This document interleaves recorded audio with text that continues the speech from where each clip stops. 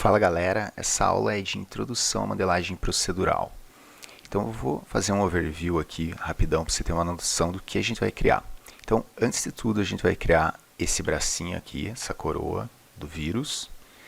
E em seguida, a gente vai copiar esses bracinhos para cima do objeto que a gente quer. Para fazer isso, você pega o objeto, espalha pontos em cima dele e copia esse bracinho para cima de cada um dos pontos. Então, se liga que eu tenho esses pontos aqui, os bracinhos estão indo bem na posição. Aí, em seguida, eu vou dar um merge nos dois objetos e usar uma técnica chamada VDB para deixar ele mais orgânico.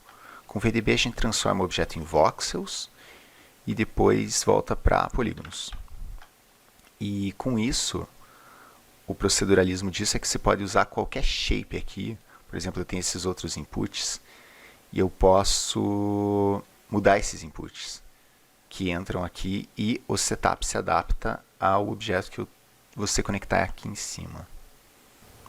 Bom, para começar eu vou criar um novo projeto, então vem em New Project aqui e seleciona o caminho que você quer o teu projeto. Eu tenho esses atalhos, se você quiser criar um atalho desse, você só clica numa pastinha que você queira e aperta no mais aqui, ele vai criar um atalho para essa pastinha. Então eu quero salvar em Procedural Tutorials. E aí percebo que ele vai criar essa pastinha aqui, de Procedural Tutorials, Routine Projects, New Project. Então eu quero chamar isso aqui de Corona. E eu sei que eu não preciso de algumas dessas pastas aqui, então eu vou só desabilitar elas. Mas você pode manter elas se você quiser, só para manter uma organizada, porque todas essas pastas vão ser criadas dentro desse folder. Então agora eu vou apertar Ctrl Shift S para salvar e vou chamar isso aqui de Corona 001. Agora aqui eu vou criar um node chamado, aperta Tab e cria um node chamado Geometry. Esse node eu vou chamar de Corona. E apertei Enter, ai cara, eu deletei ele sem querer, tá? Apertei um Ctrl Z.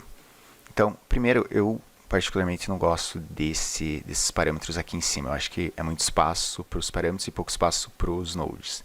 Então eu vou clicar nessa flechinha, selecionar esse node, apertar P, você vai ver que ele vai aparecer os parâmetros aqui. Agora tem mais espaço. Então dentro desse node agora eu vou começar a criar. Então primeiro eu vou criar aquele bracinho. Eu vou começar com um tubo, vou escrever tube aqui. Vou diminuir o radius scale dele. E vou tampar em cima e embaixo, habilitando essa opção aqui, End Caps. Agora, se eu apertar S aqui na Viewport, ele vai vir para essa seleção. Perceba que eu não consigo selecionar as faces, eu queria selecionar as faces. Por quê? Esse tubo, por padrão, ele é uma primitiva. Se você clicar com o botão no meio aqui, você vai ver que ele é um ponto, uma primitiva. Primitiva se refere a faces no Houdini.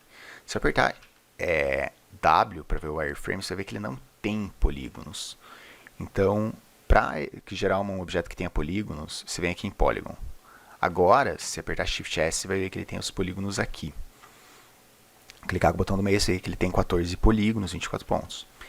Então, se eu agora, com essa opção ativada, eu consigo selecionar o polígono que eu quiser. Então, eu quero selecionar esse aqui de cima.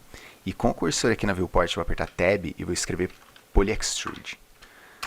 Se eu fizer isso, ele vai criar o node aqui e já vai colocar a face que eu selecionei aqui no grupo. Então, clicando agora, se essa opção estiver ativada, você pode clicar com o botão do meio do mouse e arrastar. E aí, Alt e meio do mouse para mover a viewport. Então, eu acho que essa altura aqui tá legal. E agora eu vou selecionar as laterais aqui e vou apertar Q. Se eu apertar Q no teclado com o cursor aqui, ele vai repetir a criação desse node. Então, eu não preciso apertar Tab e escrever Polyextrude de novo. Então agora eu vou dar um extrude aqui, apertar S, selecionar esse cara aqui, apertar Q e dar um extrude para baixo. Tá, isso aqui é um começo legal.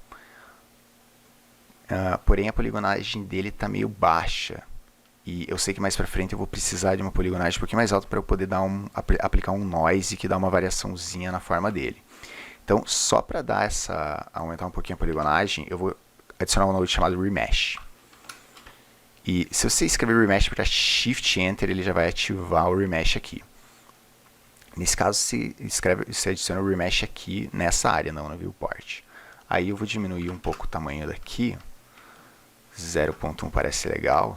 E ele ainda está bem low poly, eu só preciso de mais polígonos, mas isso vai ser resolvido mais pra frente quando eu aplicar um VDB.